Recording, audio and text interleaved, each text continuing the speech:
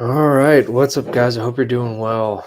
If you guys watched the video from last night, um, this is the article that I'm basically going over the alternative point of view of that. So the other one, and what I found, actually, like in the middle of while I was doing the video for last night, um, that the author of this article actually had a debate with the author of the other article, and so that's kind of the whole premise of this whole thing, or at least this one. And keep in mind, this is an opinion piece. It's actually stated, so it's not like it's um the bias is out there. We know where it is. And when you actually read it yourself, you can tell. Which there's nothing really inherent. I guess again, kind of my point with a lot of sourcing and such is that it's not that bias is wrong and to have it is wrong, because if you have to make any kind of argument, you have to have some implicit bias almost.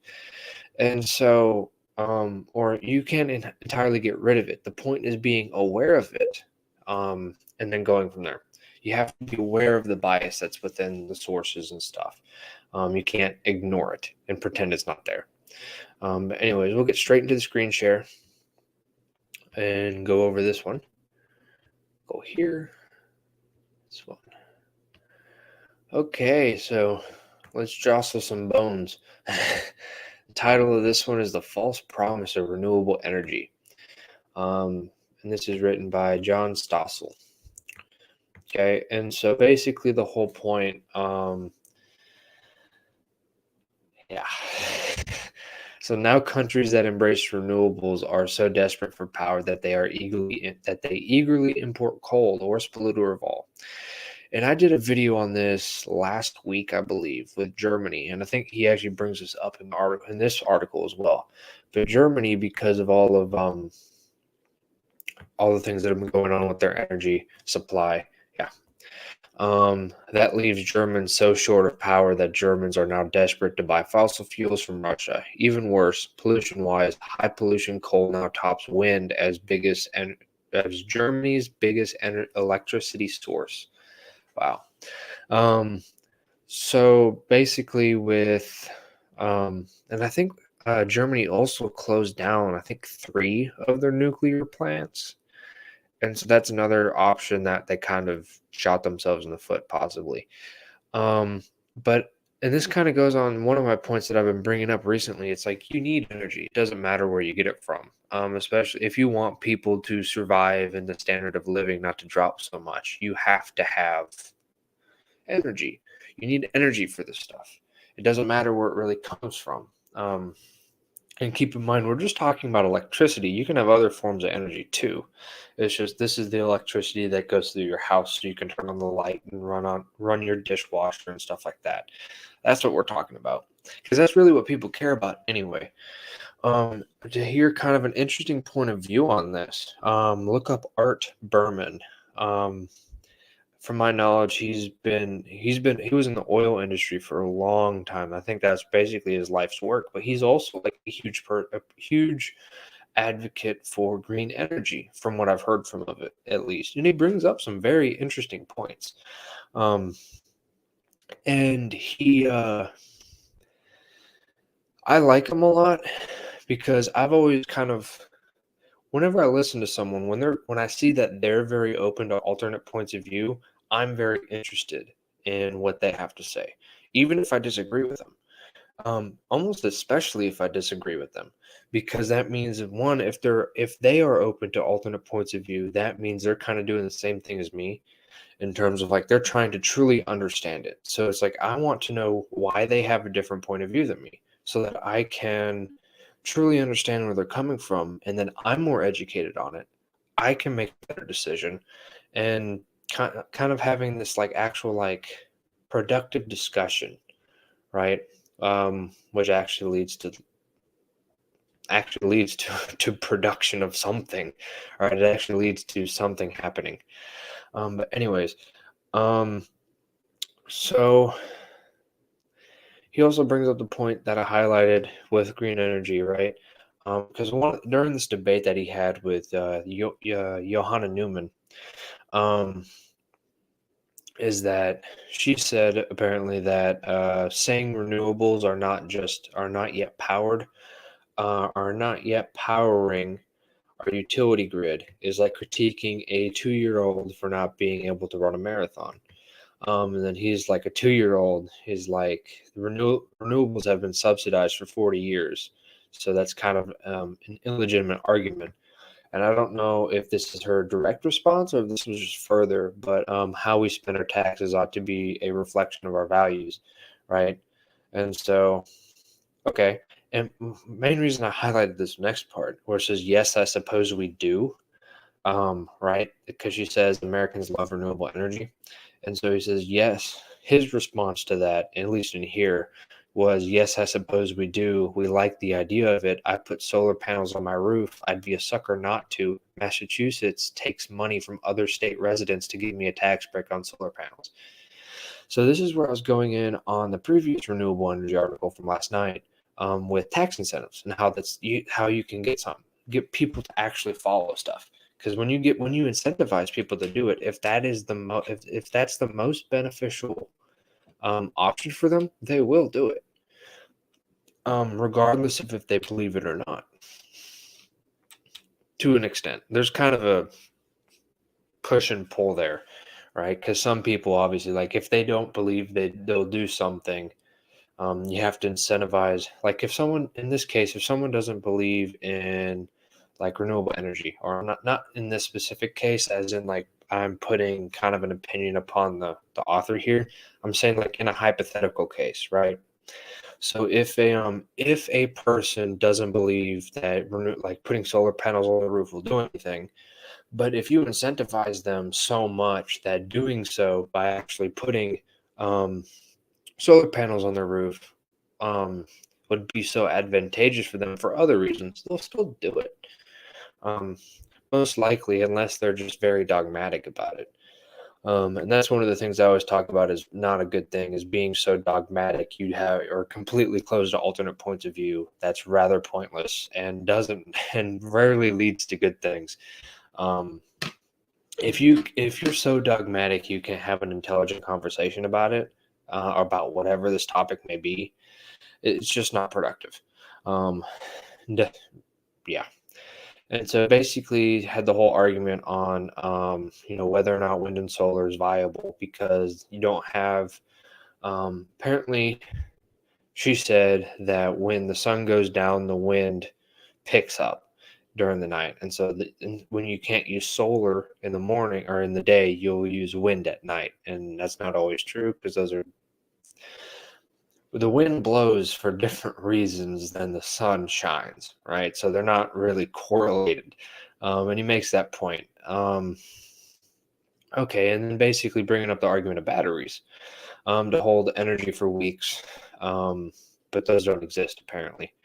I haven't studied what new battery technology is out, but honestly, I mean, that's probably a technology that will come at some point because there's way more advantages to that than just renewable energy of having batteries that can hold a lot for a long time.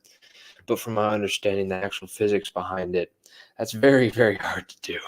And that's probably why it's not here yet. Now, it might happen at some point, which would be advantageous for just technology in general. Um, Again, it's not so much um, that it wouldn't necessarily be a good thing. It's that, if we can't realistically do it yet, you have to work with in general with things just or with things in general, you can work with the cards that you're dealt with, not the cards you wish you had, right? And so now you can work to get a better hand of cards. That's kind of the whole scientific research and stuff with this kind of example.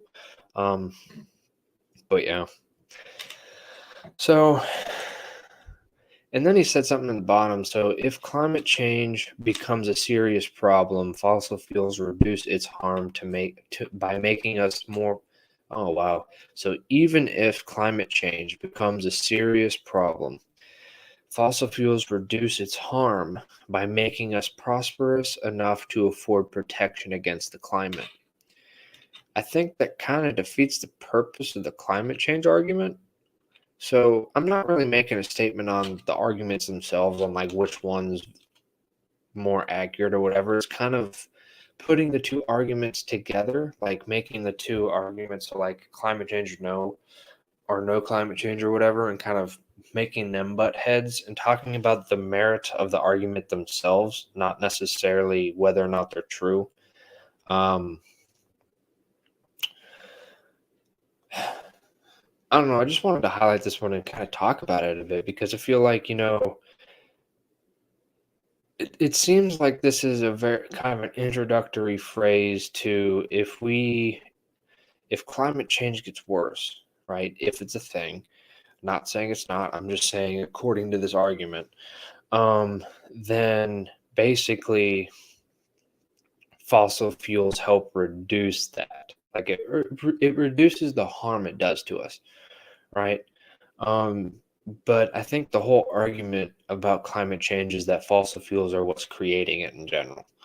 Um, which fine, whatever. I haven't looked into actual like peer-reviewed data on that kind of stuff, but it's definitely something that I'm looking for. It's just hasn't come in yet. As you can tell, there's other videos and such that have been going on. But yeah, and he was talking to a guy that said we have a 98% decline in climate-related disaster deaths over the last 100 years due to oil. Right.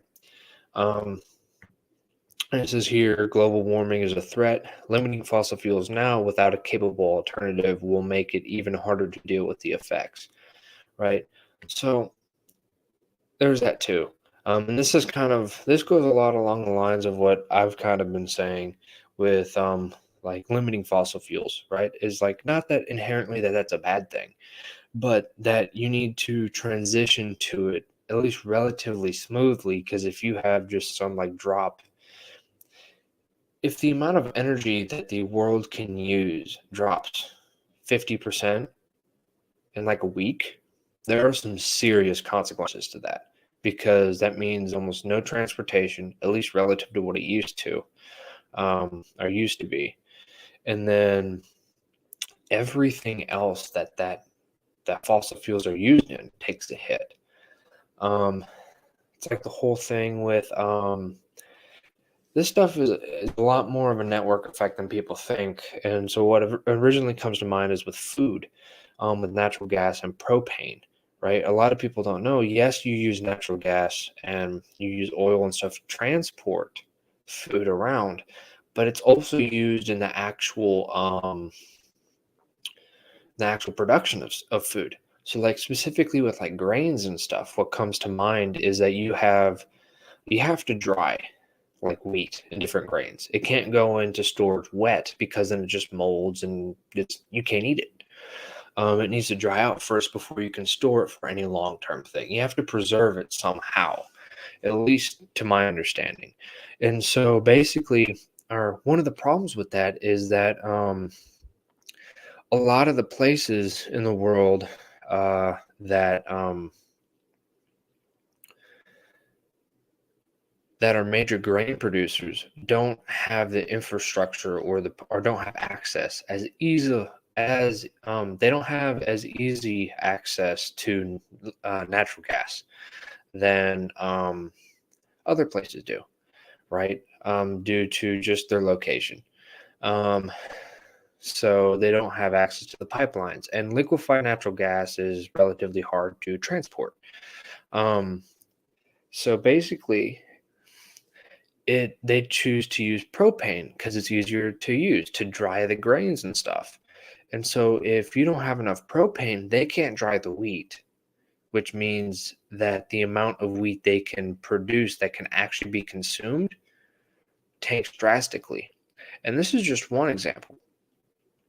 Um, so this stuff is a lot more nuanced and complicated than people think. And so to just switch over to green energy on a dime is kind of naive, um, at least without actually building the infrastructure to counteract that.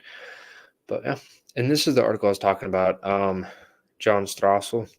This is the one where he debated the Johanna Newman on the previous video that I was talking about.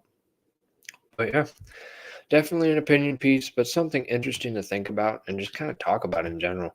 Um, but yeah, that's all I got for this one. So I hope you guys have a good night, and I will see you on the next one.